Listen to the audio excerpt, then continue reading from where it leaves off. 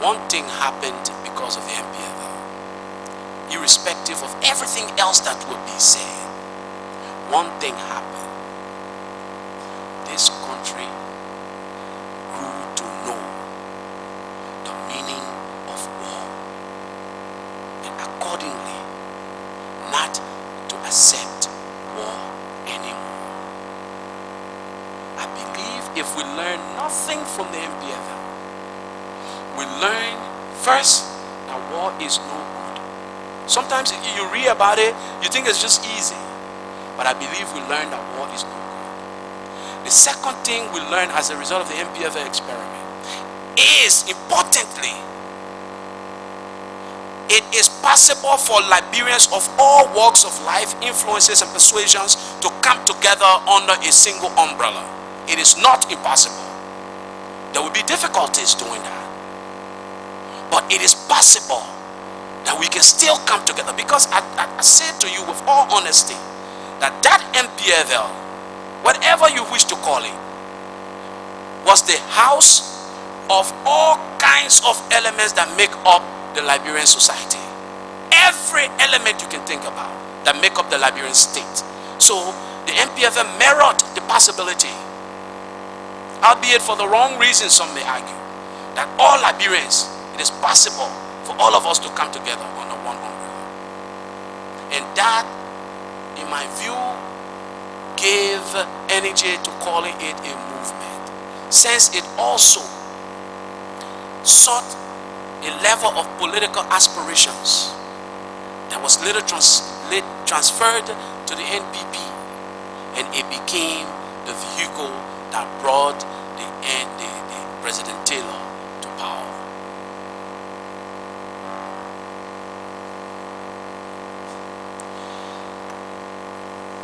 Anything wrong, anything right with NPFL? I won't be the best judge of that. I wouldn't be the best judge of that. But hindsight being 2020, you will not want to do this experiment again, the experiment of war again, as an alternative to gathering political power. But you will want to enrich whatever process with a level of, if it were possible, human rights learning, and those kinds of things. For instance, in the training program, if they were not there. The first thing I should say is, you will not, and no Liberian, having learned the hard lessons of war, I know of no war, Mr. Chairman, that has not led to deaths, destruction of property, and human rights violations. No war whatsoever I know of in the history of man, without seeking to denigrate the Bible, even God's chosen people, known to be God's army, went into the city under God's direction. He told them, do not loot. Leave everything there. And the biblical story is clear for all of us to read as to what actually happened when man, being man, entered there. Am I justifying looting? Were there lootings? Yes. Is it regrettable? Yes. I told you how people even wrote their names on people's homes and believed that that was enough to pass title to them. Some people wrote their names on people's cars and did not even try to hide or to change the paint of the cars. Once your name was on a car, it was yours. But it says something else to me, even as I regret this, even as you should regret this. it says something else to me. How did our country produce such Liberians after 150 odd years of existence? Here's another thing. How could people be so wretchedly poor in terms of the education? Because contrary to what some people believe, that wealth is money in a bank, wealth is more than that. That's why I argue wealth is character and reputation and education.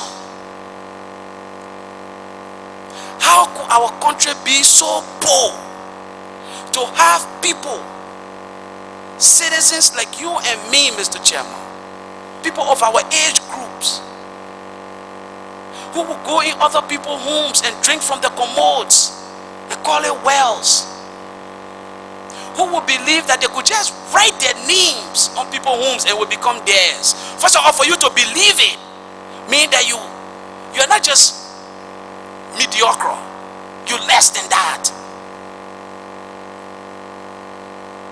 How did our country reach here? You know, and this is the argument I want to make. It's easy for us to say, although we're bad people, but our Liberian society produced those bad people. And we have to rise up and accept responsibility that our society produced them. Now, our president of the country at the time they were produced, no, I was not.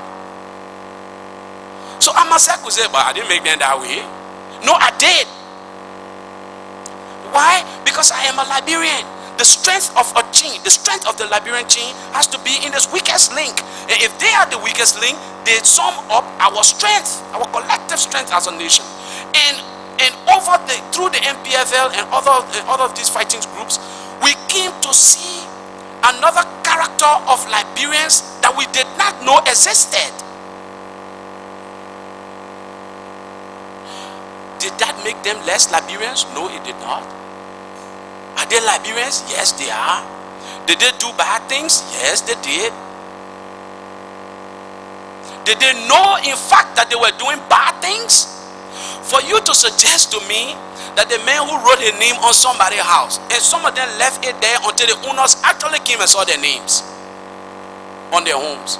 Now, some of the people who wrote these names on the people's homes, for you to suggest that they knew it was bad, is to suggest that they had knowledge sufficient enough to discern that bad. And I disagree, because if they knew of that bad, I'm not sure they would have done it. Similarly, if somebody like Louis Brown, you could find, he said he's enlightened, he went to school at the University of Liberia, he was involved in student political activities. They provided him some enlightenment. He interacted with the leading political intelligentsia of the country.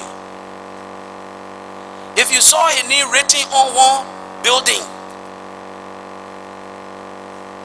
as passing him title, you should be frustrated and disappointed and make Louis Brown bow to his knees and beg. But what about the guy who haven't been extricated and isolated in an enclave in the belly of the country, and also called Liberian, who finally maneuvered his way by a military advance into areas that he started to see also was his country? It came to behold the tale, to choose from Decadence, of two cities. One that spoke to affluence and possibilities, and the other that spoke to decadence and abject poverty, where a child cannot be better than the parents, where you were born with the curse to be like your grandmother or your grandfather, to survive and exist in that same hut until you die. Then you born your children, then they born their children, and then they born their children.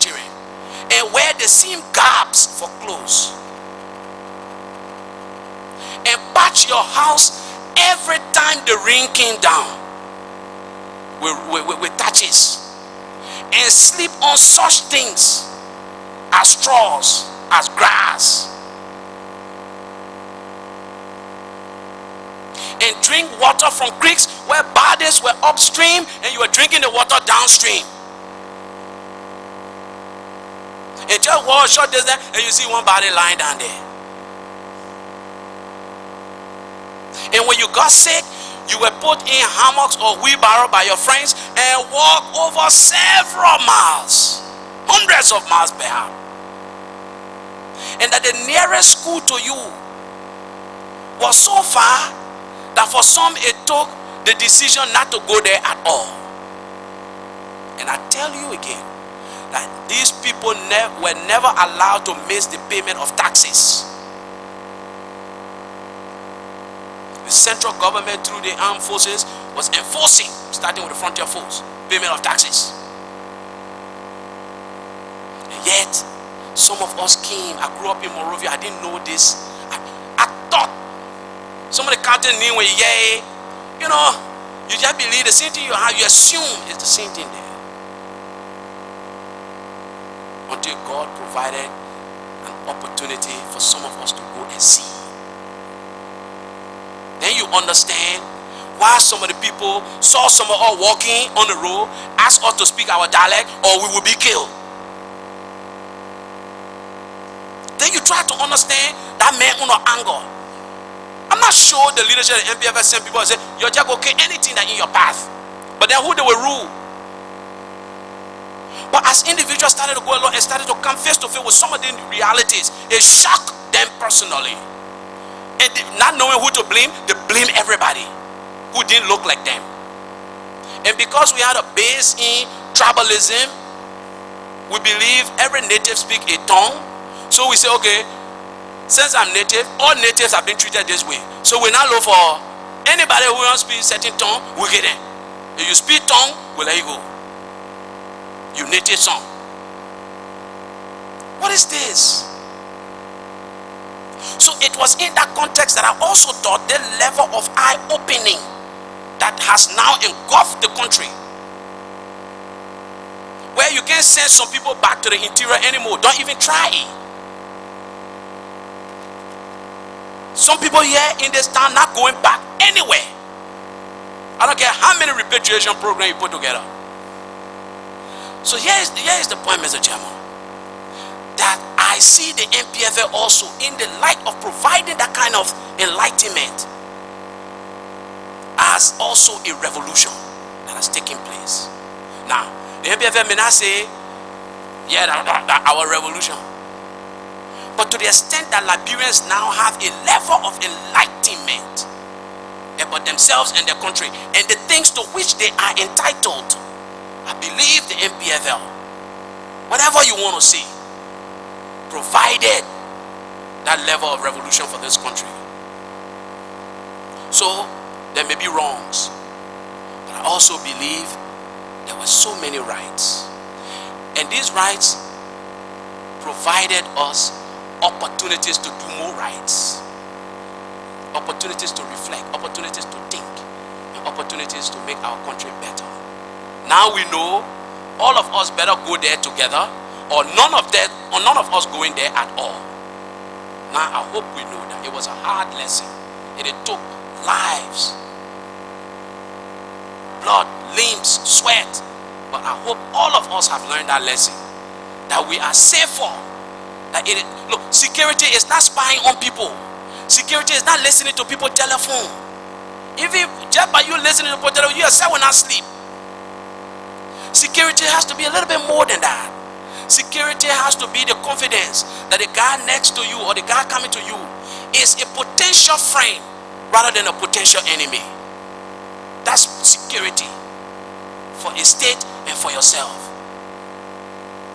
So it is not enough just to worry about the tactics that were employed for the war. You know, it's for us to say, okay, let's make sure nobody crosses the border again. We'll be so vigilant. We'll be so smart in the country. Nobody will cross that border to Lokatu again, or to Butu again, or to Sirleaf border again. No. We're misdirecting what our attention should be on.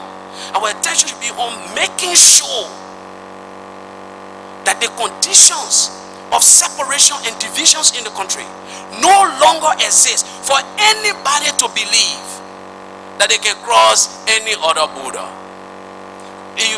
Because if we work on that, you will not have anybody supporting you. And to that extent, I believe the NPFL has given us a dramatic and clear definition. We just need to figure out how we put it together so that it can work for us collectively, for all of us. How did Liberia slip back into conflict after elections?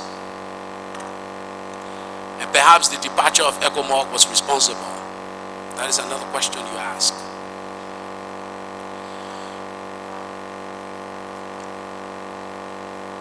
I may not be fair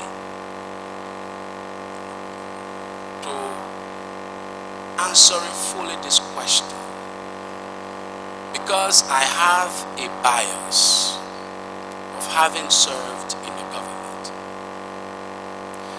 It naturally gives me prejudices in favor of the government. You see, that how I say we must author. The first thing you do is state your bias. Then all of us know, put it on the table, then we start talking now from there. Your bias notwithstanding. Having said that now, let me say that one of the theories I have is that yes, perhaps the departure of ECOMOG helped that process of slipping back into war. But I will submit to you,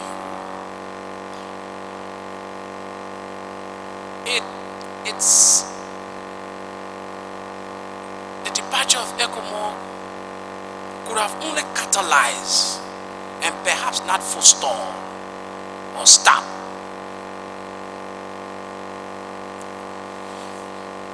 So then, why was the government in a rush for the departure of ECOMOG?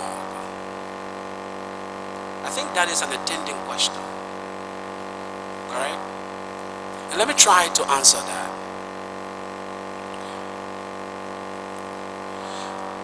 After the elections, what did we have?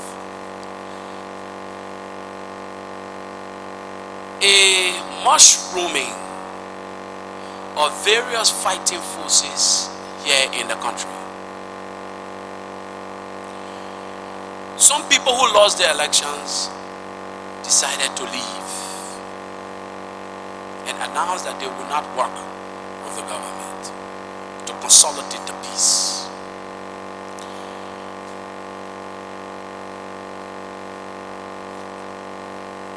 Again, I tell you, there may have been others who felt that they did not need to help bolster, to lend their support to bolster somebody with whom so much was under the bridge.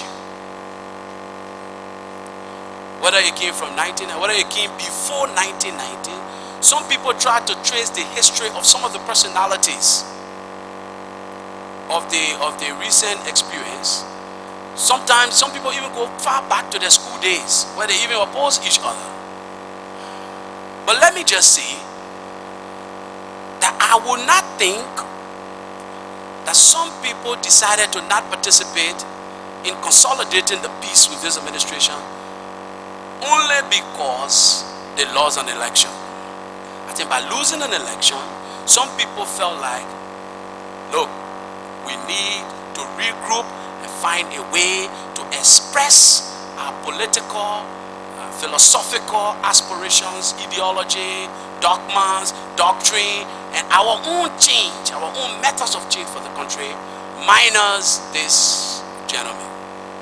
That is one theory. But on the issue of ECOMOG, while you had these small splinter forces around for the government to deal with, there was also, Mr. Chairman, members of the commission, the challenge of who could exert authority in the country.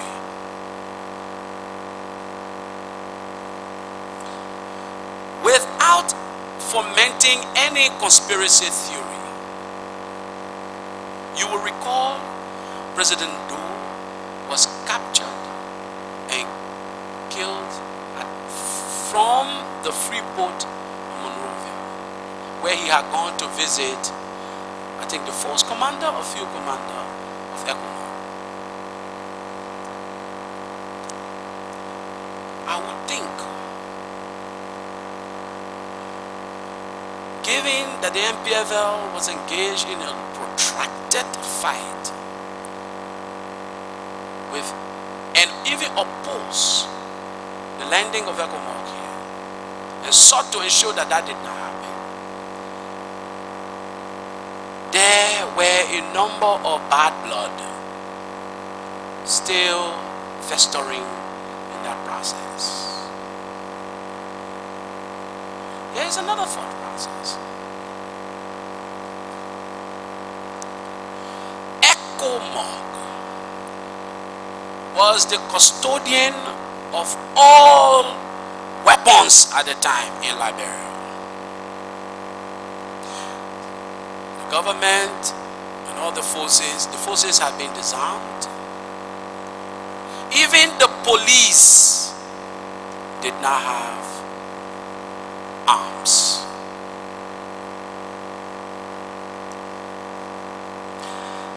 I would think the first challenge for the government was, how do I secure myself in the long run?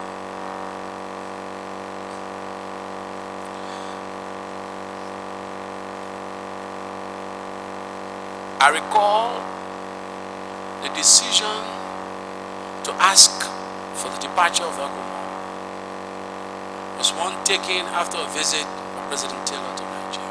I did not participate in the high-level presidential discussions.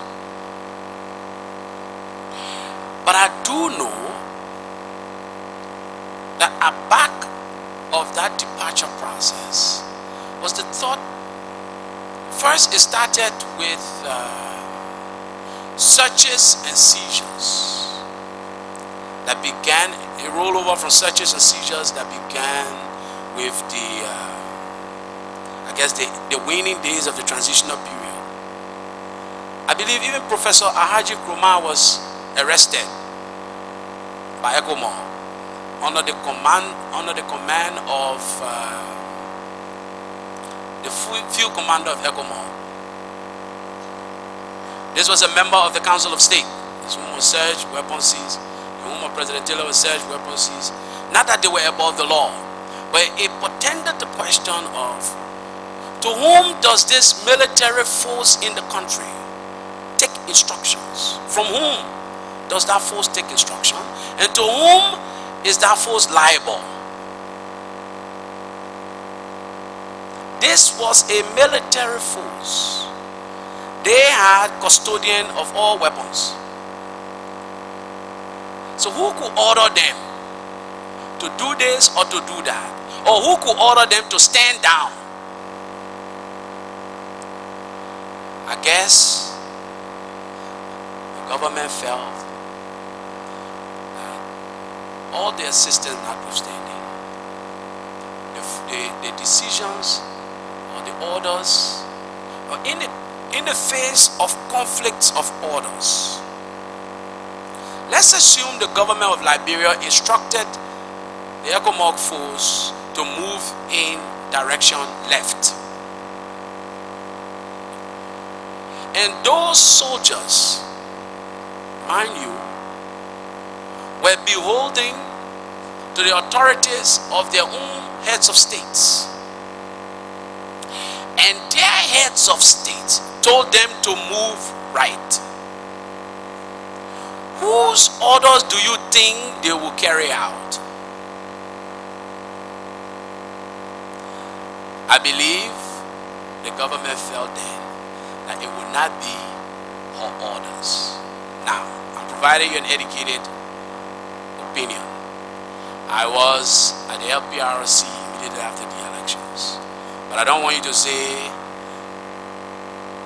Mr. Brown is not answering our questions. So I try to provide you an educated opinion that I would think Now, more than anything else, this led to that.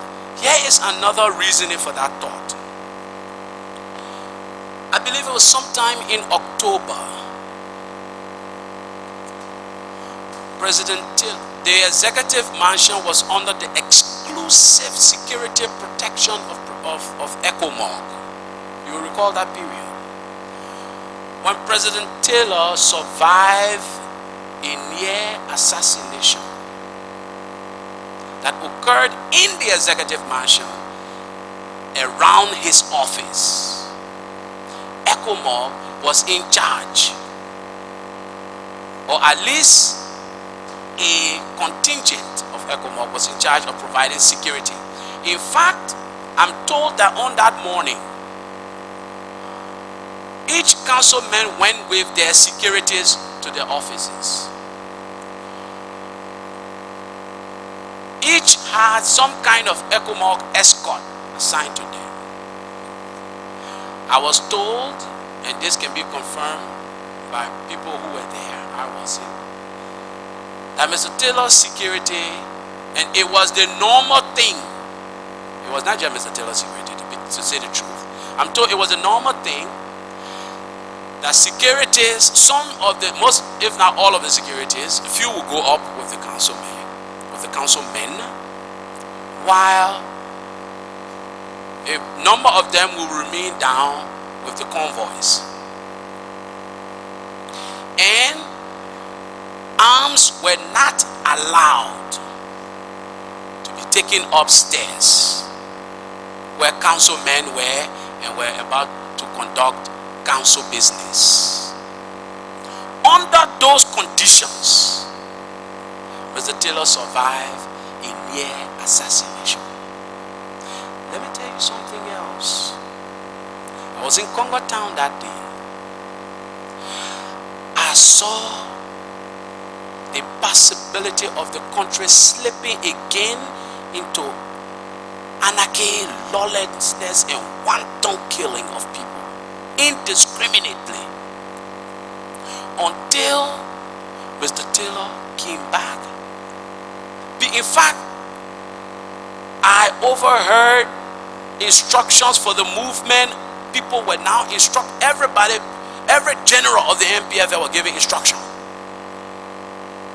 People were moving from this other location, this other Kakata. People were moving on Manor River.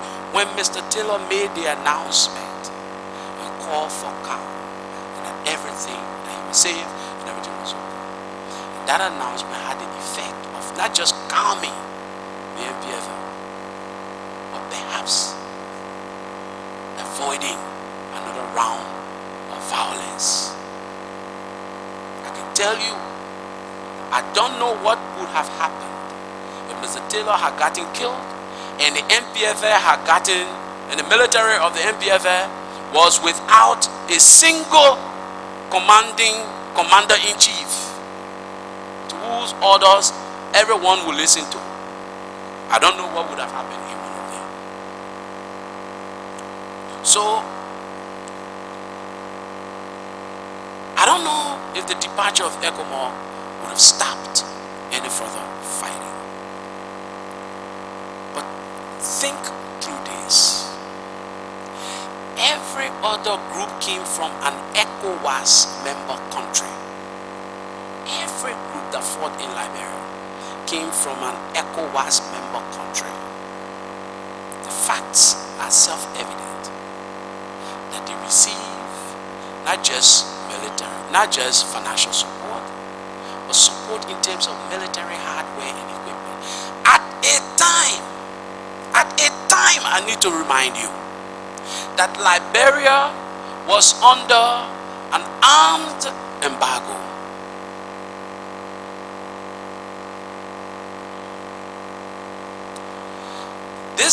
The ECOWAS after election it was ECOWAS that imposed this arms embargo on Liberia and asked the United Nations Security Council to use its broader umbrella authority to enforce this arms embargo. What happened was, after the elections, Liberia gained full membership again into the authorities of heads of states of ECOWAS. I'm talking about the 97 elections. And ECOWAS made representation personal and documentary to the Security Council, requesting that the arms embargo imposed on Liberia be now lifted. ECOWAS did not stop there. ECOWAS lifted her own version of the arms embargo that they had imposed.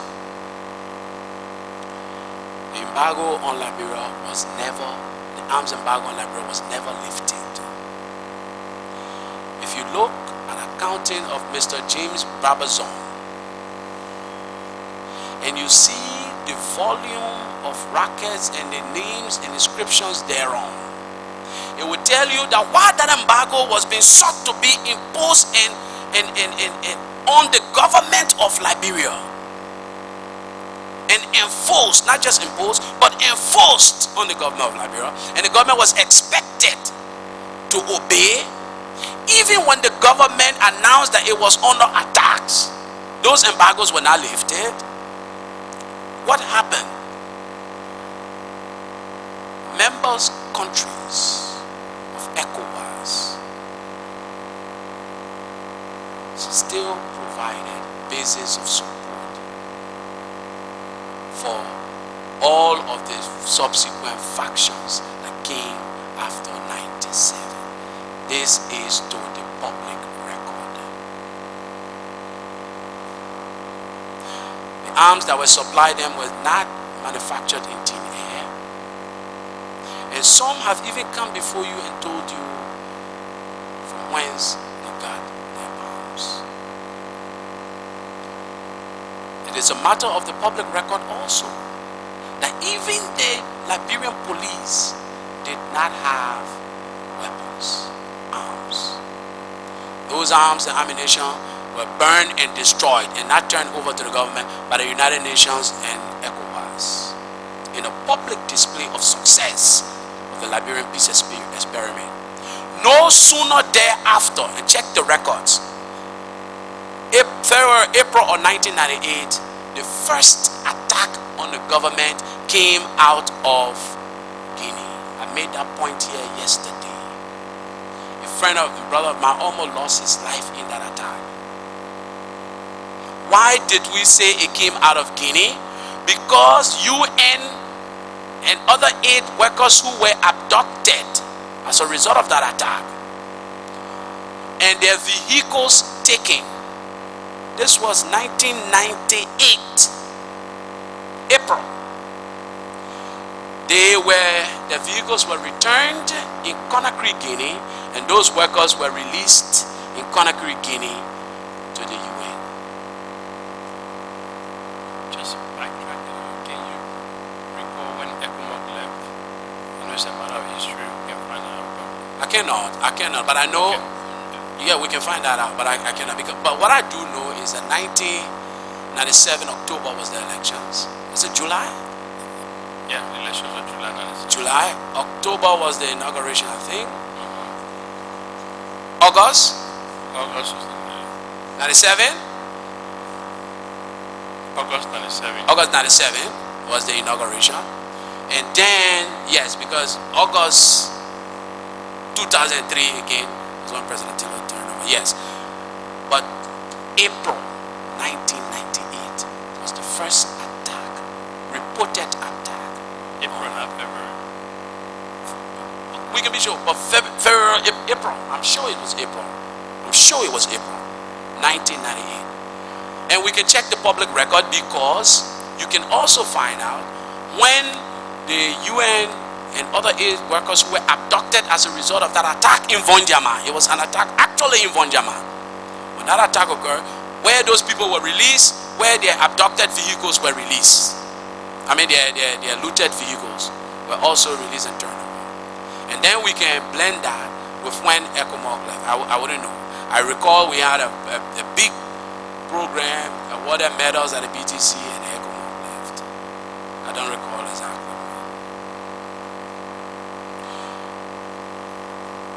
But through it all, Another regret I have is that not many persons, and I had this exchange with Mr. Commissioner Stewart, I'm sorry he's out, but not many persons, when recounting the conflict in Liberia and discussing the support, we tend to discuss just Liberia's own support for counterinsurgency in other countries, when the truth is there was no attack on Liberia that did not come from these neighboring countries. None whatsoever. What about the General Kuangba invasion? Where did it come from?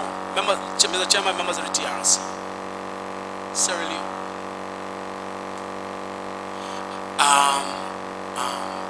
The NPFL came through and out of La Côte d'Ivoire.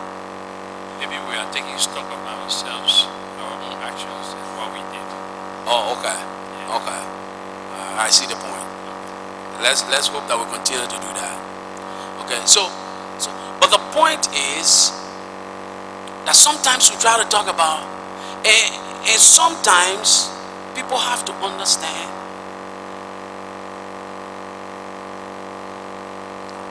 and agree, and this is the attitude we took to the Manor River Union. Let's not waste our time blaming each other. Oh, you did it first, I did it first, second, and you did it there, and then I did it fourth. Let's not waste our time doing that. So over a series of meetings, we're getting very close to a resolution. We decided that, look, it's hurting our neighborhood, the Manor River Union neighborhood. Let's stop this nonsense. We can all be pretending, and some had more access to international publicity, to international goodwill, than especially the government of Liberia. So they could support attacks and immediately claim that the government just attacked us. Well, the government, had the baddest name in the world, and so it was easier to believe the government Liberia attacks on others, and not necessarily try to figure out, but what is responsible for this, and why have you also engaged in such attacks? Nobody was interested in that. The popular thing at the time, even amongst Liberians. So you are saying those attacks were provoked? Well, look, it would not be fair for me to entirely say, well, those attacks were provoked. But what I can say, with all candor and fairness, is that these were all attacks from one territory onto the other, and they were continuing. Now, to say provoke means you have to rush back and try to figure out who did it first. And that was what, at the level of the Manor River Union meetings that we started, we tried to avoid. Because we could go to the blame calling, blame naming game, and we would accomplish nothing. Yes, nobody will agree that they were the first, because nobody wants to be perceived as a. But here is a perception that Mr. Taylor drove.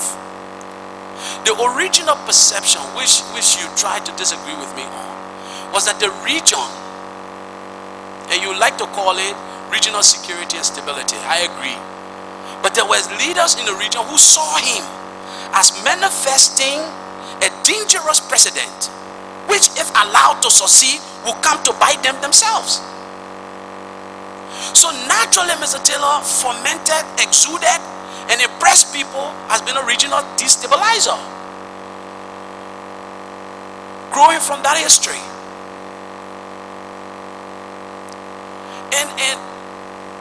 And therefore, once that was determined, and then there were Liberian critics of the government going all about the place, essentially saying and supporting anything that made the government look bad. Now, having said that, did the government do something that made it look bad? Yes. Yes. But gotta proceed with the basket. Yeah? I'm sure the basket is not empty yet. Yes. But having said all of that, the point has to also be made that once this imagery was provided the world, it became, and the world accepted it, the international community accepted that imagery, it became easy to fuel and provide additional information to support that caricature. Did Mr. Taylor from ITC to LISCA, I understand is your next thing in the basket. All I can tell you about I have no. I was chairman of the of the Legislative Committee on Ways, Means, Finance, and that included Maritime at the time. I still remember I think the chairman, when I came, there was President Chairman Boma. Did Ambassador Ruth Perry replace Chairman Boma? I think so. But I remember a number of meetings with is she? She's saying Sangawolo. Sangawolo. Oh, Professor Sangawolo replaced. No, Perry replaced. Oh, okay. Okay, but anyway, I remember a number of meetings being held between the government, represented, I believe, through the Council of State, and interested members, which included commissioners of maritimes and appointees, and representatives of the ITC. I was invited to one such meeting in the executive mansion.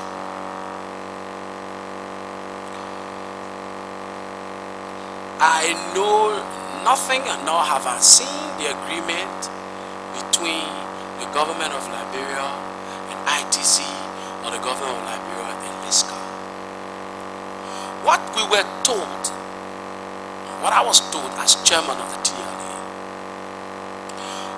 was that the government of Liberia was being shortchanged by the agreement between itself and ITC. I was also told that under pressure and the need for financial support, the interim government of national unity, I'm sorry Mr. Commissioner Stewart is not here, he probably can speak to this better than I can, has secured some arrangement which included some kind of financial outlay to the IGNU in exchange for an extension in the agreement with the International Trust Company. I was not in the interim government of national unity. My understanding was that strive for financial support, they approached the ITC, and the ITC, understanding that the agreement was coming up for review and or abrogation or whatever, decided to tie any financial support to financial support. I'm not saying that it was not money that the government was entitled to, but that because there were two administrations, if you want me to give you the maritime money that is for the government of Liberia, then what you need to do is to help me extend this agreement in my favor.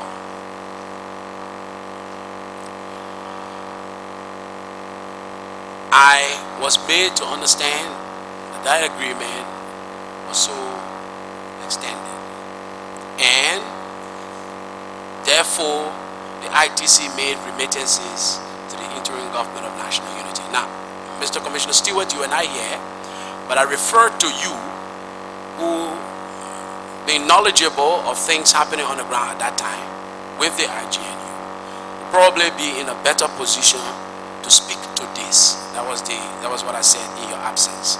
I wanted to also say that in your presence, so it can't look like I was gossiping about you because you and I here. if you care for me to comment, what I do know is that this matter was the subject of litigation in the courts in the United States of America, and it hinged on the question of sovereignty, I think, and the court ruled in favor of the IGNU. That's what I know the best of my knowledge, and that's how come the IGNU was able to use the maritime funds, because from what I know, at the time, a lawsuit had been placed attempting to freeze the funds, put in escrow or something like that to prevent its use. And the determination of that was based on the question of which of the two governments of the day at that time, the NPRC and the IGNU, represented the sovereignty of Liberia. I think it was on that question that the court ruled, and that money was awarded, or the right to access those resources was awarded to the IGNU. That's the best I know to my. And you may not be aware that therefore the agreement was extended with the I ITC? I was not in those discussions. I wouldn't know. Okay. So, but anyway, to move on. When the Council of State came to power, there was also attempts to gain access to the maritime funds. But along with those attempts was to also try to do some amendments or what have you to the agreements. My understanding, and I stand to be corrected, is very limited on this. I was in the TLA and Chairman of Ways and Means, very limited information I would have had.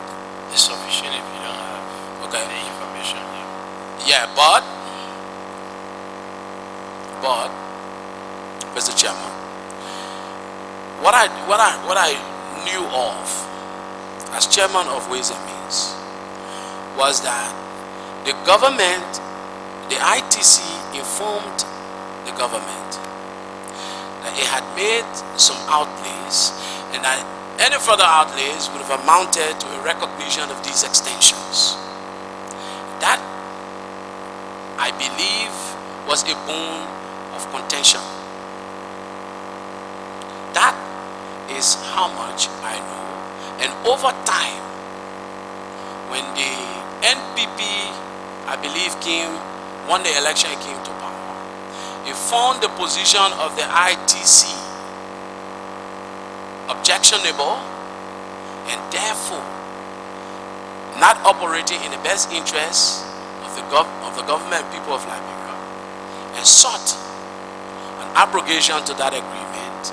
And that is how the government of Liberia contracted the services of the Liberia International Shipping Corporate Registry (LISCA) to run its maritime program. Some of the things that are of public records that the government accused ITC of included the running of a parallel registry with the registry of the government of Liberia, and that ships were being redirected from the Liberian registry to this new registry. I forgot the name of the island, the Marshall's Island, to the new registry of the Marshall Island, which was in effect reducing government's remittances. And that, I understand, was some of the attending reasons the briefing provided me as Chairman of Ways and Means. So that is to the extent. More than that, I've had no dealing with the Liberian Maritime program. Civil conflict prolongation. Why the breakdown? I think you elaborated a lot on that, so thank you. We can skip. Did Mr. Taylor leave willingly? Was his departure altruistic, political, or military? You want me to deal with that?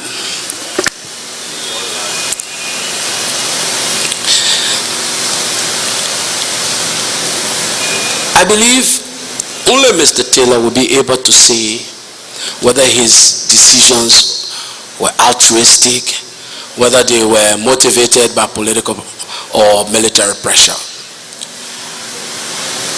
But here is what I would say to that. If he had not done, if he had not done what he did by that departure, perhaps we will be sitting here. Anything is possible. But given the situation that I saw on the ground, given the anxieties, I will be hard-pressed to arrive at that conclusion lightly. I do not believe we would have been able to be here holding these discussions probably had that not happened, at least not at this time. Maybe later, maybe longer, but certainly not at this time. It was his departure that catalyzed that peace agreement, gave energy to those negotiations, and led us to arrive at the kinds of negotiated settlements that were finally determined. Whether you were altruistic, I would think he will be the best judge of that. Were there guarantees for lifetime security for him in asylum? In effect, you are asking me for documentary evidence. Not necessarily. I said written or unwritten. Oh, okay. Understanding. I can tell you with all level of honesty that the assurances provided to Mr. Taylor and publicly expressed at the Rabas International Airport by President Olusegun Obasanjo, and this was carried live on CNN, if many of you can recall. Did it cover the unsealed indictment, since the indictment was already unsealed? In fact, it was because an indictment was unsealed that it became now necessary for Mr. Taylor to leave. In fact, the unsealing of the indictment made it a part of the decision to have him go to Nigeria. President Olusegun, in fact, that was why I would stipulate that President Obasanjo said, I am not going at this alone. I'm going to the AU and make it a resolution of the African Union that Mr. Taylor will be supported by ECOWAS and the African Union combined, while Nigeria plays host. In effect, Mr. Taylor will be the guest of Nigeria as a member of ECOWAS and the African Union. If you went back to the recording at the Rabas International Airport, President Olusegun Obasanjo said, President Taylor has now agreed to go to Nigeria. Nigeria will not allow any country, anyone, to harass them for the release of President Taylor. I don't know if many persons listened to that interview and to that broadcast live at the Rabas International Airport, carried live on CNN. It was breaking news every minute of the day. I believe it was to these indictments and other things that President Obasanjo was speaking. Nigeria, he emphasized, to use his own word, he said harass, will not allow itself to be harassed for Mr. Taylor now that he has agreed to leave. At that time, the negotiation in Accra, we were there in name only. If anybody tells you prior to his departure, we were talking substantively about anything, they were wasting it. In fact, there were accusations in Monrovia that we were sitting around in a hotel, eating and partying. while the Liberian people were dying. I don't know if many of you recall those accusations from Monrovia. It was until that departure that we made progress in the negotiations. Now, there may be documents, I'm not aware of them. I didn't attend the summit of the AU where President Obasanjo said he was going to seek the support of the African Union. But he did say to the Liberian government that I will not go at this alone.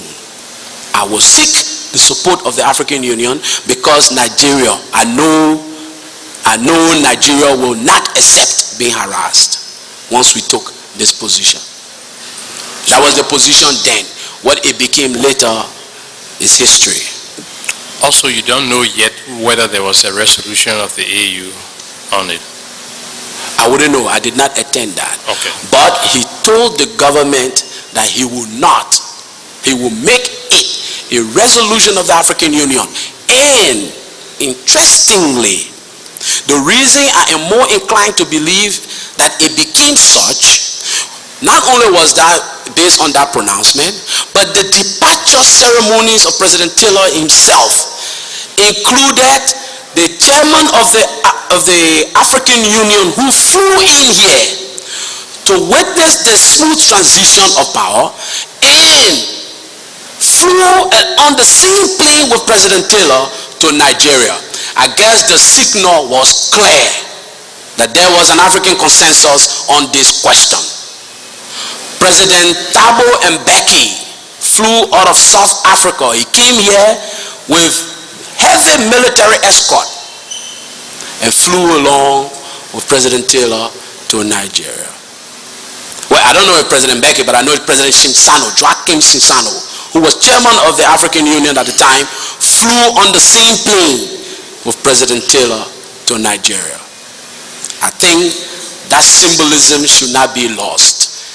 And if it did not spell out any written document, I haven't seen it, but it gives energy to the conclusion that there was an African consensus on this question.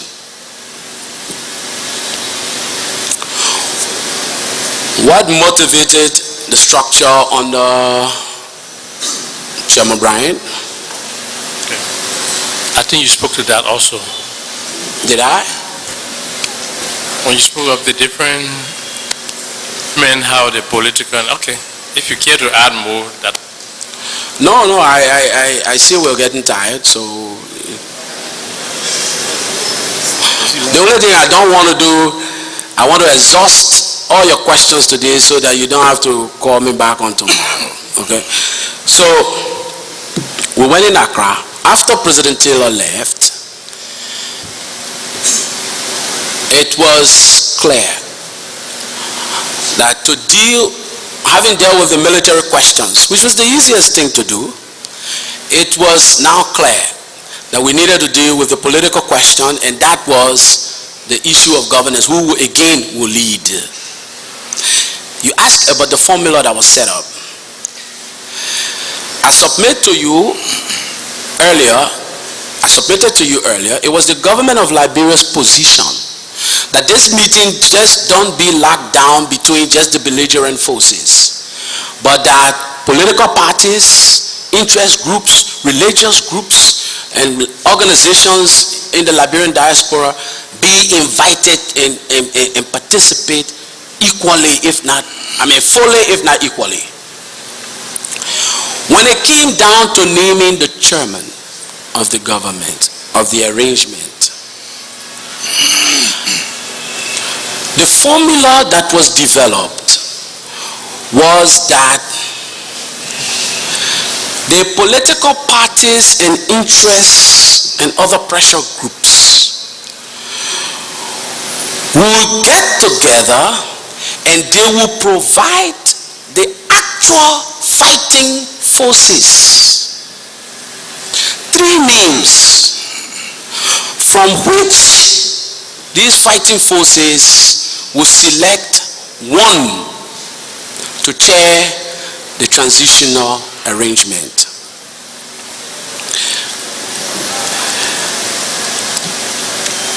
And so, I guess the underlying motivation was these fighting people needed a sense of confidence in that whoever was head, whoever will naturally enjoy the ultimate power of the state, that within that person was the sense of security sufficient enough to induce a surrender of the weapons. You will understand that the fighting forces brought only one thing to the table, and that one thing gave them the advantages they enjoyed. It was their weapons. And the reason that if I will surrender this weapon, it will be in exchange of power and some sense of security. And so it was decided that the political parties would get together and they will produce somebody who was not necessarily representing these armed elements. And the armed elements included the government of Liberia, Laird, and Model. Then these armed elements who will need to disarm would then decide who they found to be most acceptable, who they found they were more comfortable with to induce their disarmament and demobilization. Mr. Judy Bryant was there in Ghana representing the Liberia Action Party. I understand at the time he was chairman of the Action Party. So the other name that came forth was Mr. Rudolph, what is his name? Rudolph Sherman. Mr. Sherman was representing the True Weak Party. He was the chairman. And the last, well, in no particular order, I just said last, but that was not effectively the order. But the name also of Mrs. Ellen Johnson Sirleaf. She was representing the Unity Party. What did that say? It said that the fighting men, the fighting forces were aware that the ultimate leadership, the chairman of the council, the chairman of the government, will come from the political leaders, whichever way it went. It was the political leadership that would determine who will lead, because in effect the armed groups did not trust each other. But the armed group also needed assurances to be able to trust who that political leader was. That is how this formula was brokered in advance of the election process. And so the name of Mrs. Sirleaf, Mr. Bryant, and Mr. Sherman were presented to the armed groups. They met, they discussed, and they agreed that for that time, for their purposes, Mr. Bryant will suitably represent the character within whom and within which they will feel comfortable to disarm, surrender their weapons, be demobilized, and be ready to participate in general elections. And that is what happened.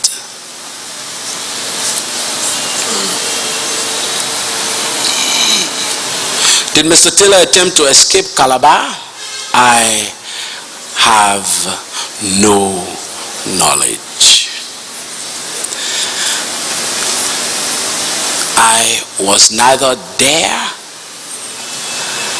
nor have I spoken personally to Mr. Taylor about what transpired in Calabar.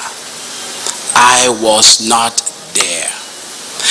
I have not spoken to people to piece together what may have happened, what may not have happened. I was not there.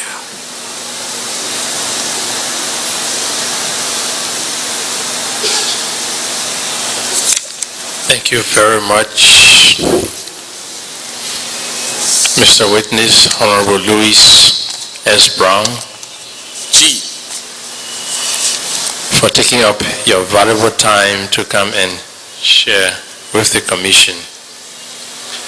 At this stage, we normally ask for your last word, but Commissioner Sheikh Kafuma Kona wants to pretext that with a comment.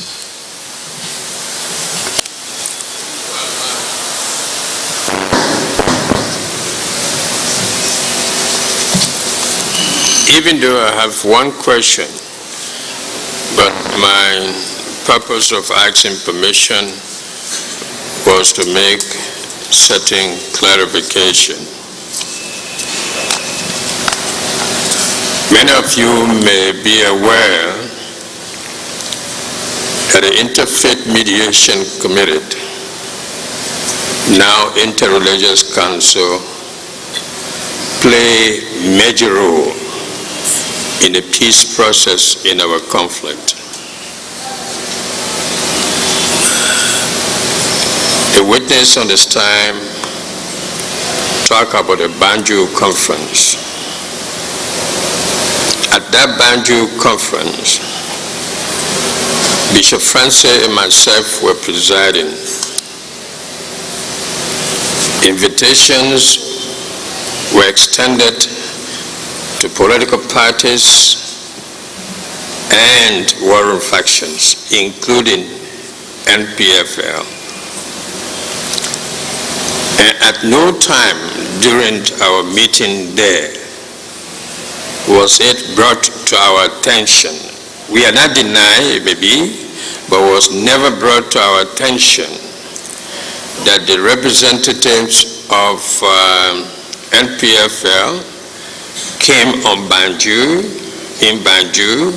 and at the airport was arrested and detained.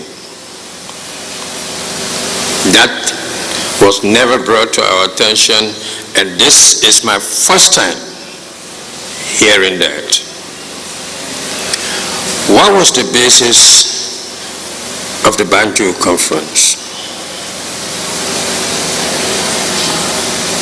The basis of Banjo conference was that, one, no warring faction should hail the interim government.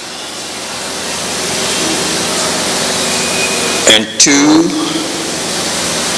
a political party, not even the person, but a political party that will produce the interim president, that party will not take part into the ensuing election, the then ensuing election.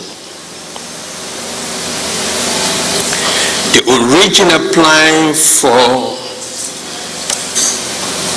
Liberia peace period was 1 consecutive years.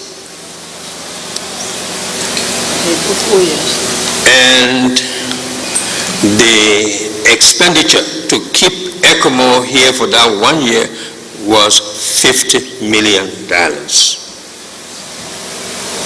That was the understanding. And because NPFL was never represented, but were never forgotten, a position of speaker was reserved for NPFL, and a number of parliamentary positions as well as cabinets. I think Dr. Dan is here, he was there at the time. So the question of depriving any of the war, in fact, our original plan was no warring factions would participate in the interim government. If they want political leadership, let the people decide. But when NPFL refused to go to Freetown for the second conference, that was the time the decision was changed. Then the question of Mr. Taylor's departure, was it unconditional? No. There were terms and conditions. I know Honorable Bryant will agree with me that there was a time when Security Council, headed by its then president, visited us in Accra. And they met each group, the warring faction, the political parties, and the civil society group. There were two schools of thought. One, Mr. Taylor must go to Sierra Leone for prosecution. The second school of thought was, if you say he must go, then of course what he has said that the line soldiers must die first before he go to that place. So the best thing was to find way for him to have an asylum. And so the proposal that were made to the Security Council was that Mr. Taylor be allowed to go into exile and remain there, provided 5 conditions are met and kept. One, that Mr. Taylor lived immediately upon the deployment of the International Stabilization Force, not to wait until October 15. That was the first condition.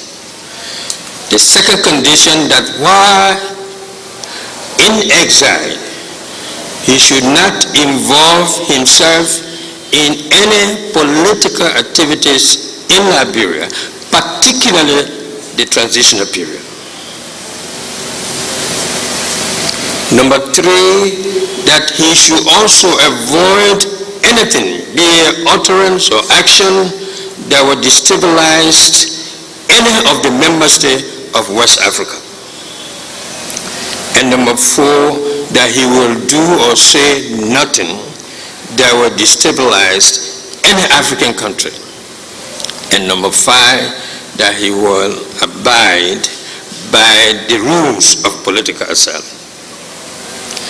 You know, fellow Liberians, we have on our hands these cell phones, internet, and sometimes we talk about confidentiality. Anybody who think that you got your cell phone and you can only talk to the person who you're talking to, you're fooling yourself. And so the first condition was non-interference in the transitional activities were violated. Mose Blight, other people were contacting President Taylor as who to be what. And then records were taken. Not only that, some of NPP hierarchies came out to say, look, we cannot avoid consulting with our standard bearer. We have to consult him whenever we are to make any political decision. So that was automatically violations of one of the terms and conditions of the agreement. And because those terms, some of these terms were violated, this is why President Banjo changed his position to say he will not turn President Taylor over to Liberia except a democratically elected government is put in place. because the pressure was behind him to turn him over that these conditions had been violated. He said he would not do it until a democratically elected president is put in place and that president make request. So those were some of the clarification that I want to make. But what I want to ask Honorable Brown is that if you know, if you can recall, there was a time when the late Dogolier successors were discussed. There was outcries from the ex-combatants and other who were across the line, and they talk about Banga commitment or Banga connection. So my question is, one, do you know what that commitment or connection were all about? Two, do you know how Honorable Dogolier died? And whether you have any knowledge or information about people like Jackson Abdo, David Dwyer, David Tuwai, Stephen Daniels, and you name it. That's my question.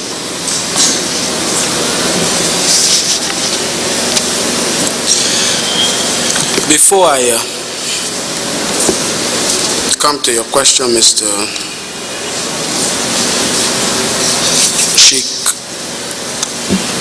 Commissioner Sheikh Kafumba, I am happy for your enlightenment that you've provided to first to the Banjo conference and then to the departure of President Taylor. But if you will allow me, for the business of clarity, at least in my mind, could you tell me, you said that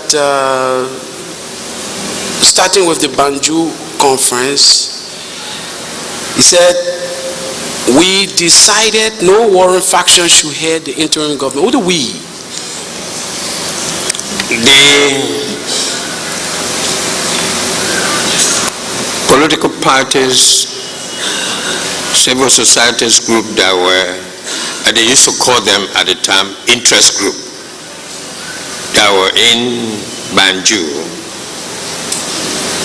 terms and conditions were asked to be put in place, as well as modality of setting up this interim government. And that was the time that it was decided that this should go that way.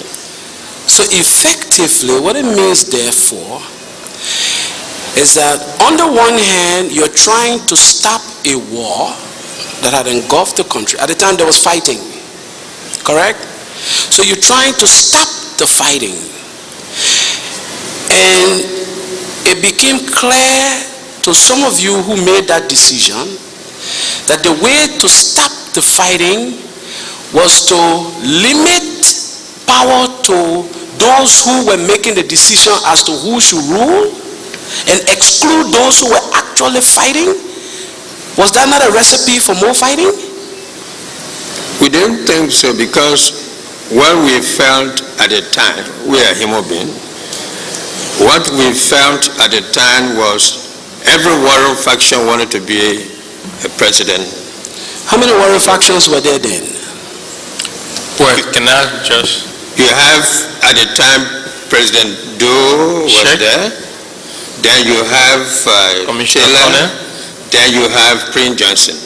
So there were three factions. Yeah. At the time, the political parties decided, even before, was this before going to Gambia or when they were already in Gambia? We were already there. So around the table were only political party leaders and civil society organizations. And they decided that the way to stop the people who are fighting is for us to take the power and not them. to give the power to the technocrats and then give opportunity, provide a level playing ground for the warring factions who are desirous of political leadership to campaign freely and then stand for election. Do you have any reason subsequently looking back to regret that decision? That it probably led to more death and destruction? Well, I don't think we are before court where you question me and I question you.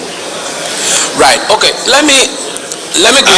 I was telling you the decision that was taken there, and we were there only presiding, and that was the decision taken. If you look at the document that came from there, was signed by the civil society organization, the political parties, and we attested it. No, I didn't come here trying to shift blame, Shika Fumba.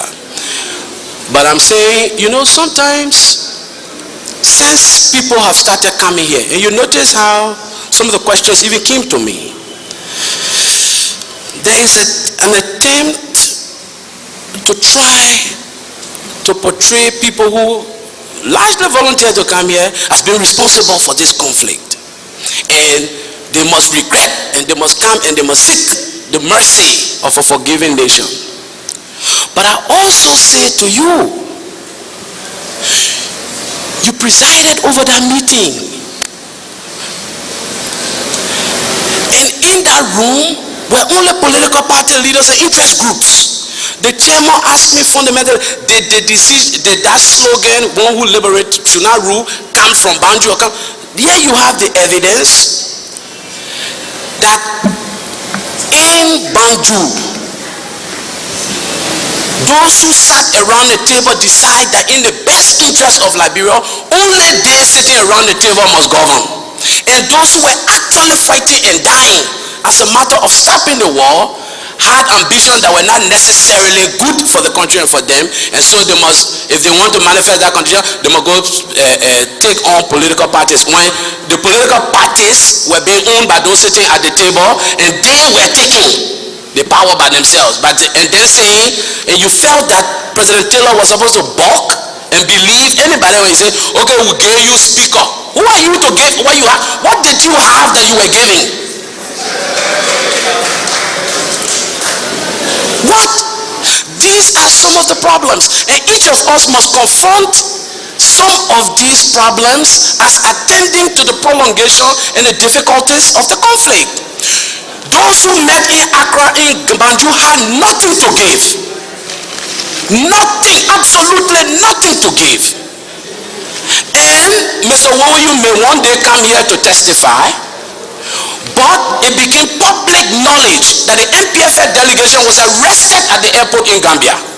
And that is why I'm happy you have said that they did not even attend. It's not because they didn't go there, but they were not allowed into the hall. They were arrested. They were not released until after that conference. Now, I'm not going to blame you, Shika Fuma, and others who participated. You were probably trying to do the best thing for the country at the time, as you saw it. So my place is not to try to shift blame. But like you, I'm happy you said this.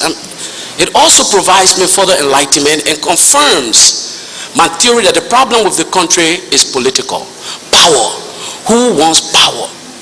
And now I see why Mr. Taylor must have felt so betrayed and could trust not many persons. After the Bintu Mani meeting, which included Minister Walter Richards present? Where? In Banjo? No.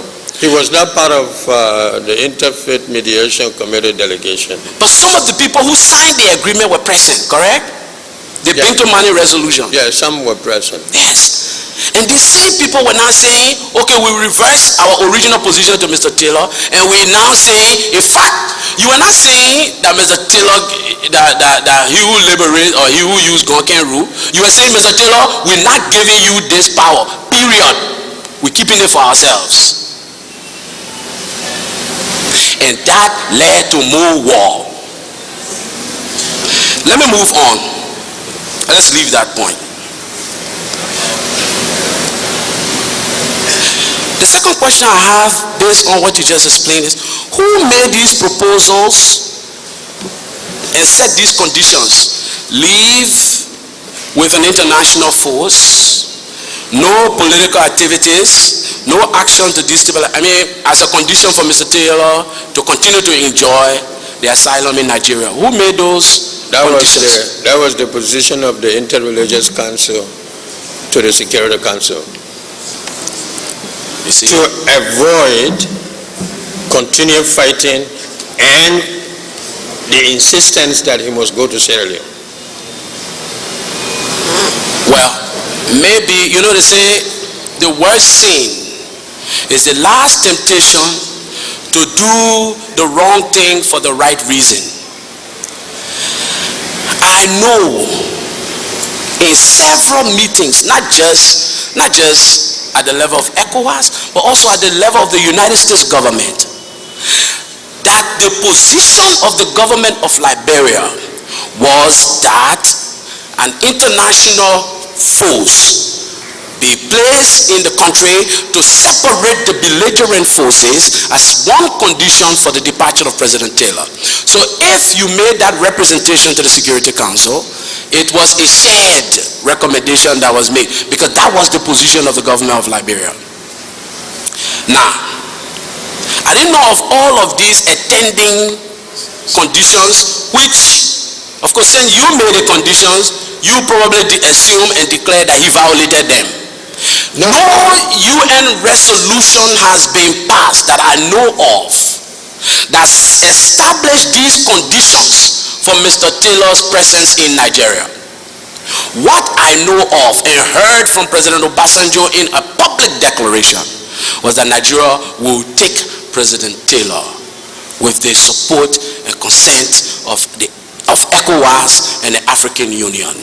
Nigeria has not publicly announced that they accepted President Taylor under these conditions and that he violated these conditions, and therefore President Taylor, upon violation, was asked to be declared. I do know, however, of concerted pressure which President Obasanjo predicted would come. So whether he called anybody in Liberia or he didn't call anybody in Liberia, it was almost certain, as far as President Obasanjo was concerned, that those pressures would come. Why? Because people wanted him to leave, because they knew until he left, there would be instability on the ground. His men would be energized to fight. People will want to still fight, and we will have no peace in Accra.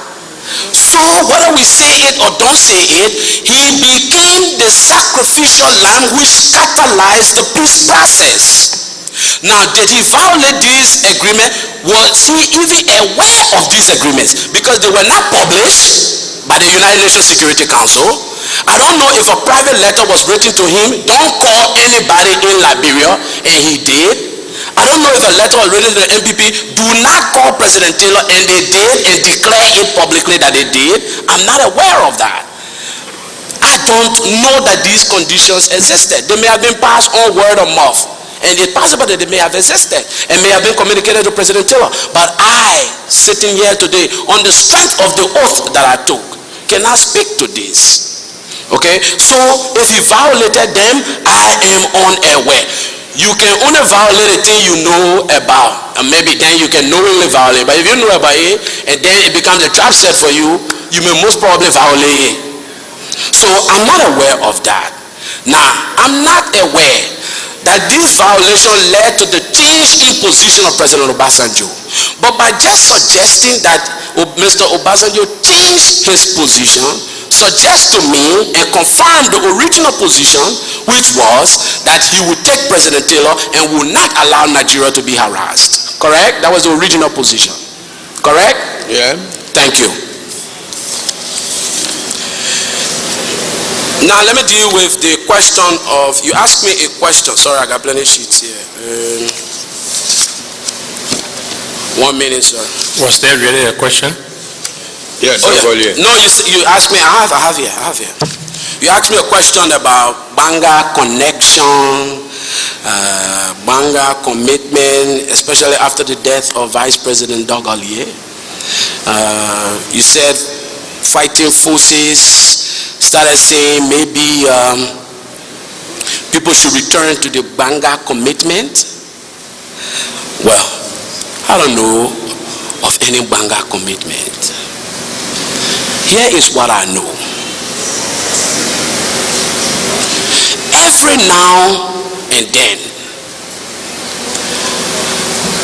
for one reason or the other, President Taylor will feel the need to have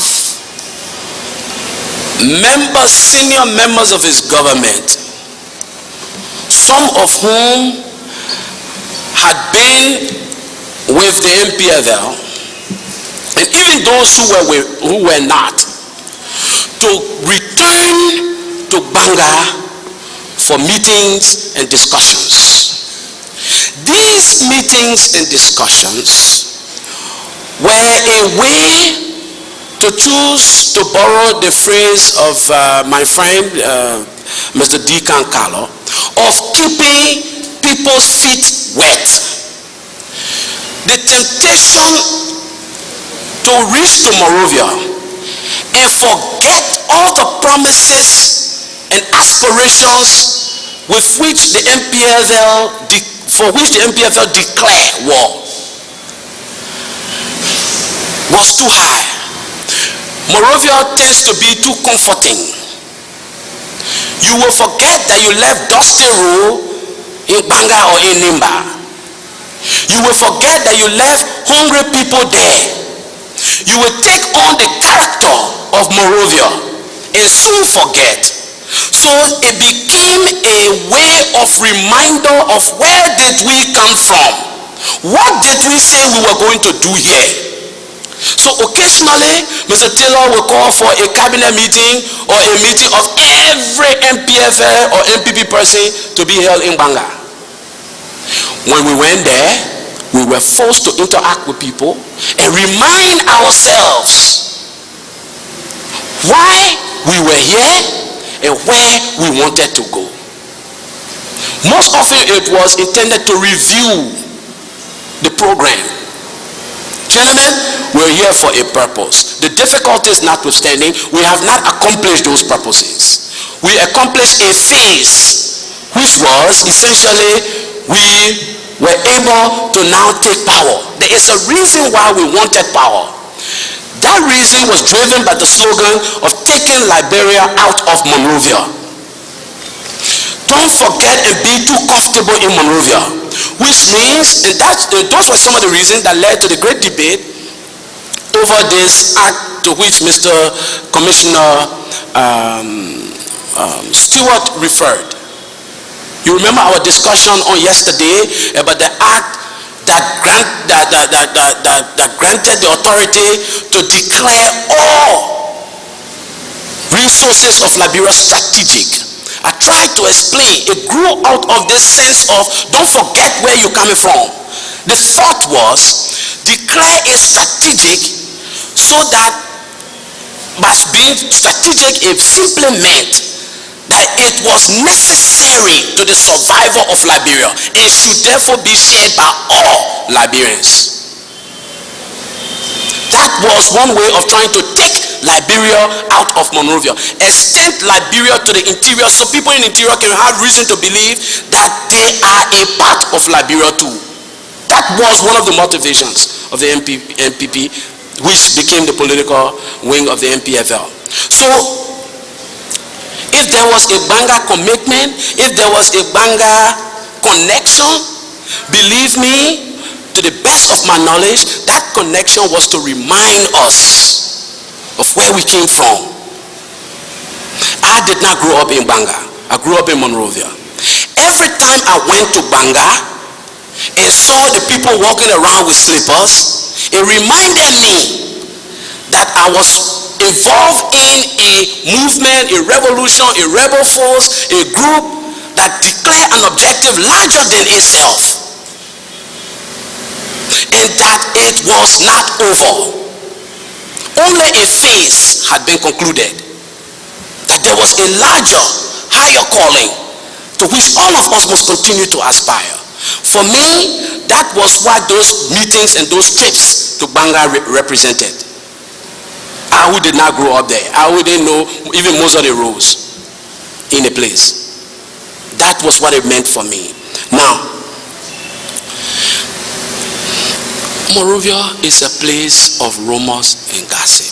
Liberia, I shouldn't just say Monrovia. Liberia. When Vice President Enoch Dogalie died,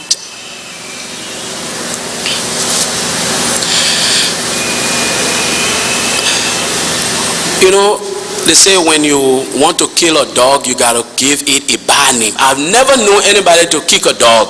Not that it is good to kick the dog, but I've never known anybody to kick the dog and call it, hey man, that's sweet dog, before you kick it.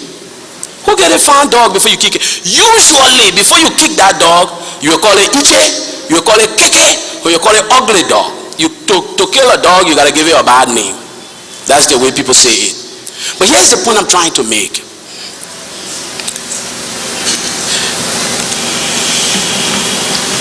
Vice President Enoch Dogalie died. I was not there when the decision was made for Mr. Dogalie to be Vice President. I am told that this was one settled and agreed upon, if not the person of Vice President Dogalie, but that one of those who went into this foreign training and bore the similar hardship and did all these things, if it became successful, will rise to the level of Vice President. That is what I was subsequently told. Whether they drew lot, whether there was a lottery, whether they wager, I don't know. But those original elements of the military group, I believe, got together with Mr. Taylor and decided on Mr. Enoch Dogalie. And this can be a matter of public record now. I recall that rumors became so prevalent in Liberia and outside. When we went to represent Liberia, one of the things we confronted, we understand that President Taylor beat his vice president to death. Then we knew we were having a bad. Because some of the accusations were so outlandish and preposterous to me. So the president now reduced himself to a fist fight with a vice president or ordered the vice president to be flogged to death. And no family member of his will even escape the country and say it, or nobody. So in fact, it was so frustrating that the government asked the Minister of Health to liaise with, I guess it was Pisan Hospital in Abidjan, where the vice president finally died. Because he died several times before that. To get a death certificate and a medical report as to how the vice president died. Because you know, it was so frustrating. You go to discuss maybe sanctions or measures that have been taken by the government, or what can we do to improve relations, and you get confronted. One of the first things they tell you, yeah, Mr. Brown, we're happy to receive you, thank you very much for coming, but we understand Mr. Taylor flogged his vice president to death. I mean, then you leave all the other things, you start with the flogging of the vice president to death. Why will you flog his vice president to death? Was the vice president posing any challenge to him? Then people probably don't know Vice President Enoch Dogalie. Maybe he was selected by his colleagues and Mr. Taylor to be his running mate and vice president because he imposed no challenge. I'm not sure he was somebody who was trying, because for a good while, like Mr. Commissioner Stewart said, he was vice president in the NPRAG. So I find it difficult, and people don't even want to disabuse themselves. The record, the evidence notwithstanding, to believe that the vice president was beaten and he died of those wounds that he sustained as a result of his flogging. That's not an ordinary man that you will flog and nobody will know. It will be kept at such length of all the things that have been said of Mr. Taylor. It will be kept to such length with some kind of rare evidence being brought for people to do it. I remember the Minister of Health, Dr. Peter Coleman, was asked to, when this thing just started getting, and we started calling back, but you know the two confronting right now, the one we're dealing with now, that the beating of vice president, go to Abidjan Pisan Hospital, I believe, and get the medical report. And I'm sure it is a matter of the public record. And some of the things I heard was liver failure. I haven't read the report. I didn't read the report. But I was told one of the causes was liver failure. A commission was set up, headed by Emmanuel Balaze. And? Yeah, and the minister, I don't know whether they make report since he was security advisor. But that's what I'm telling you. They went, maybe I didn't say Emmanuel Balaze, but that's what I meant when I said the Minister of Labor, the Minister of Health, because I didn't remember everybody there, but I remember the Minister of Health. And if former Chief Justice Emmanuel Balaze were on, it was because, I assume, it was because of the sensitivity attached to the fact that a former Vice President Ino Dogalie was of the Nimba tribe. So you wouldn't want for somebody of another tribe to head it and say that cover up. So a son of Nimba, a reputable, respectable, legal-minded son of Nimba was asked to head that. And up to the moment I am speaking to you, and Honorable Balaze is here, Peter Como is here. I'm sure you know Honorable Balaze very well, maybe even more than I do. Yeah. Have you ever asked him what his report was? I'm asking you, you're the National Security Advisor. But you heard my name on that committee. You just reminded me the committee was headed by Honorable Balaze, who happens to be, if I'm not mistaken, maybe a relative of yours. Correct? Yeah. He your relative. Have you asked him? No. Why you asking? You won't ask me, who are now on the committee. Because you were closer to the authority. But the man who was given the responsibility to do it, you ask him, who is your own relative, who if he has suspicion will tell you privately. You say, shit, don't tell them. But they beat that man, kill the man. I don't do that. He will probably come and tell you that your relative, will probably come and tell you in the corner, in a secret. But he tell you nothing. Then you come to me years later, who are not even on the committee, and he had privy to the medical report. And then you asking me to tell you whether the man was killed. And your relative right here and still living.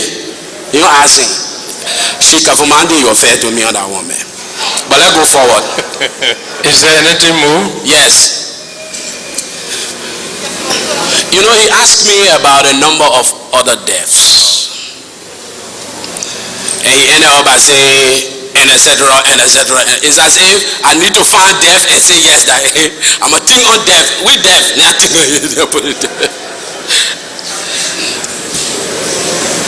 Mr. Chairman and members of the Commission, people died in the war. Should we regret it? Yes. Does it bring us pain? Yes. Does it bring us anguish? Yes. Did I go to the NPFL or cross back the lines of the NPFL Because I wanted to see people die? No. But like I just said to Shikafumba, with all due respect, I will stipulate that all of us should share in the regrets of the deaths of every Liberian in this war. We should not separate those deaths for the business of either publicity or the pursuit of political expediency. A whole number of Liberians, some have thrown around the figure of 300,000, lost their lives in this war. I never carried arms. I never pointed a pistol or a rifle at anyone. Yet,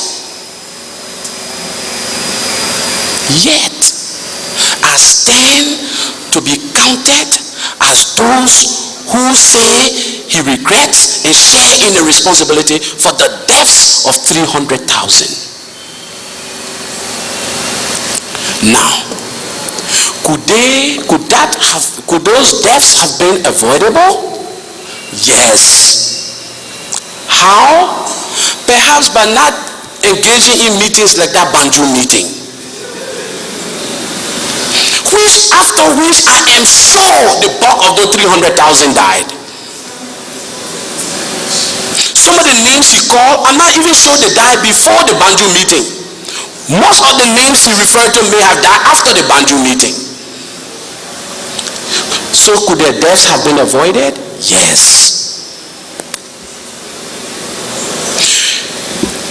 So what form should our regrets take? Here is what I propose. That we try so that we can no longer lose another soul. Whether his name be Louis Brown, Jerome Verdier, Gerald Coleman, John Stewart, we don't have to lose another soul to the fight for political power in this country.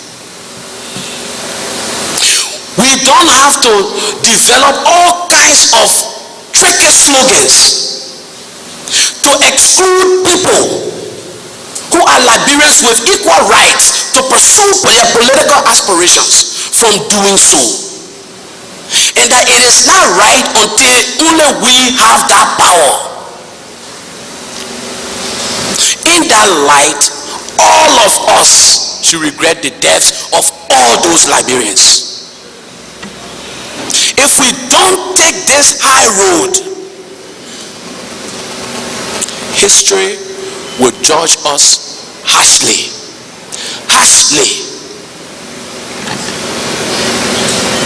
What is the high road? Agree that all of us are wrong. Why are we wrong? Because people die. Not because I shot them. Not because I told anybody, and nobody can come before you and say Louis Brown ordered the flogging or the taking of this person's property or the shooting of this person. I did not. But does that excuse me? Does that make me better? No, it doesn't. So I am trying to disabuse others from parading themselves as being better because they didn't carry arms. Some of the decisions you took led people to carry arms. And if not you, your parent or your great-grandparent or your great-great-great-grandparent, how can we be excused? And if somebody can be excused and not excused for shooting somebody, then the guy who kept his food while his friend died and didn't share with his friend must also not be excused. You have that person's blood on your hands.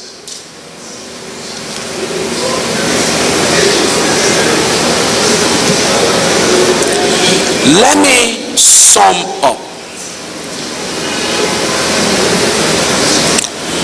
We have to forgive and forget. Even if we don't want to forget, because history may be unkind to us to forget, we have to find the spirit to forgive and abandon this pretense that we are all clean, for none of us are. None whatsoever. It is not that you are not clean because of direct actions you took. And sometimes some of those actions were intended to help, at least at the time you thought. But our country is too precious. Our country is hurting. Others are developing around us, while in our own small canoe called Liberia, we are using our oar not to pedal, but we're using it to pound on each other and see who will be the last man standing.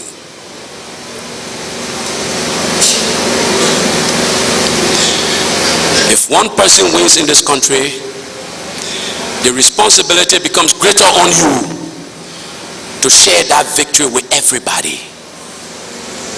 If everybody does not believe that they can share in that victory, you will not enjoy it. At least you will not sleep well enjoying it. Mr. Chairman, members of the Commission, over the course of 2 days, I have tried to persuade you to see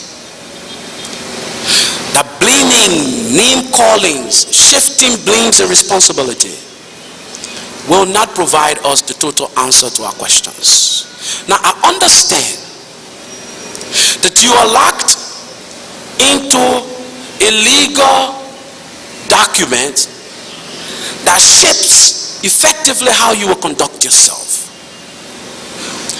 But I caution you to remember that it has been laws that have been used to support injustice and unjust systems. Real laws passed by people. And that while the laws may be good to accomplish a particular objective, if you must help us, that is the point I made, that our TRC is intrinsically different from the other TRCs of the world. You are not TRC members because you are better Liberians, or you are cleaner, or you have higher moral values, or you share no blame for the war. Disabuse yourselves of those notions. They are unfounded. You and every other Liberian that will come before you are simply a platform from which each of us can discuss how we think our country can be better. If people are to come here believing that yours is a responsibility to either denigrate them or make them look less morally capable,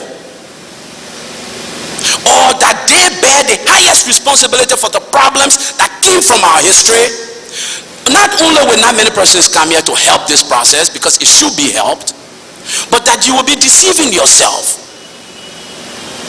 Let's rethink this process and how we visit it. This process is too important. This is what was missing in all of the negotiations. How can we talk? And when we talk, let's not limit what people to what you want them to say. And take this advice. If you have specific questions that you want people to address, stop this faceless, nameless, hiding behind the scene cowardice of simply saying, people say, some people believe. Write these individuals like Louis Brown and say, Mr. Brown, please present to us, if you have, information pertaining to 1, 2, 3, 4, 5. And if you can, could you throw light on 1, 2, 3, 4, 5? That person comes prepared so that the public doesn't have an impression that, oh, the manager want to dabble the question and hide away from it. I wouldn't pay my way to come here to dabble and hide. And there are many others. I'm telling you a concern of people who are out there and wanting to come. Since I appeared, the number of calls I've received. People want to come before you, but they don't want to come to a platform where there are a bunch of Liberians who some people also have dirty hands, who spending their time looking down on them. People must feel that they come here to meet their equals. Liberians in search of solution. Liberians wanting to find themselves.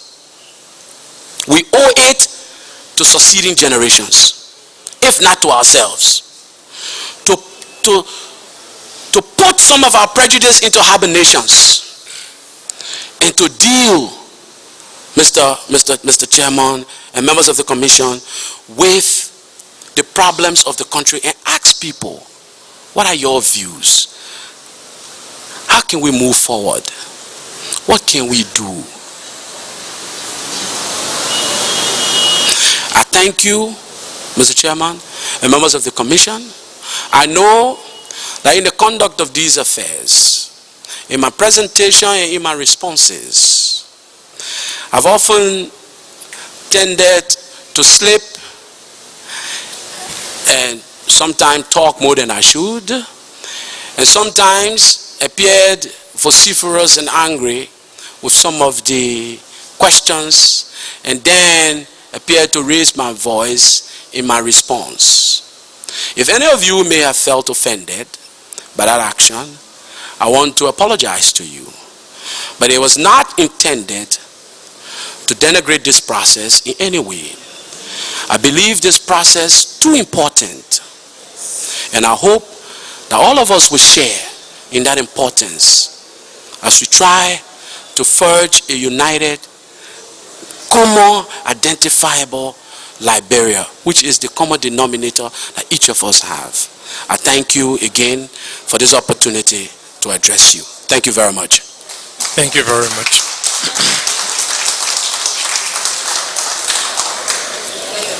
Thank you very much, Honorable Louis S. Brown, for sharing this time with the Commission, providing your perspectives on events as a way of contributing to our process for peace and reconciliation.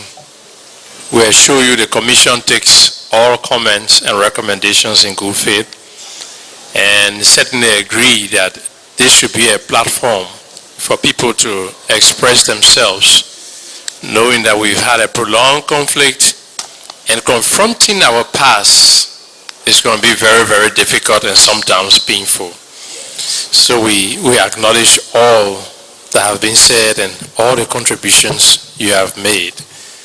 And the question of regrets, yes, it's true. Things have gone wrong in our country. People have died. Collectively, as a nation, we should regret it and declare not to tread the path of war anymore. And I think that's why all of us agree the TRC was necessary.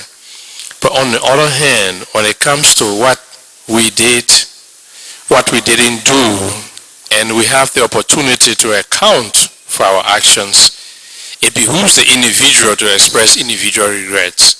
So that's why we accept also when people come and they say, because of my role or what I said or what I did, I regret the consequences. But all of that should contribute to a process where, as you said, we will see war no more. So thank you very much, Honorable Brown, and you have the permission of the Commission to leave. Thank you.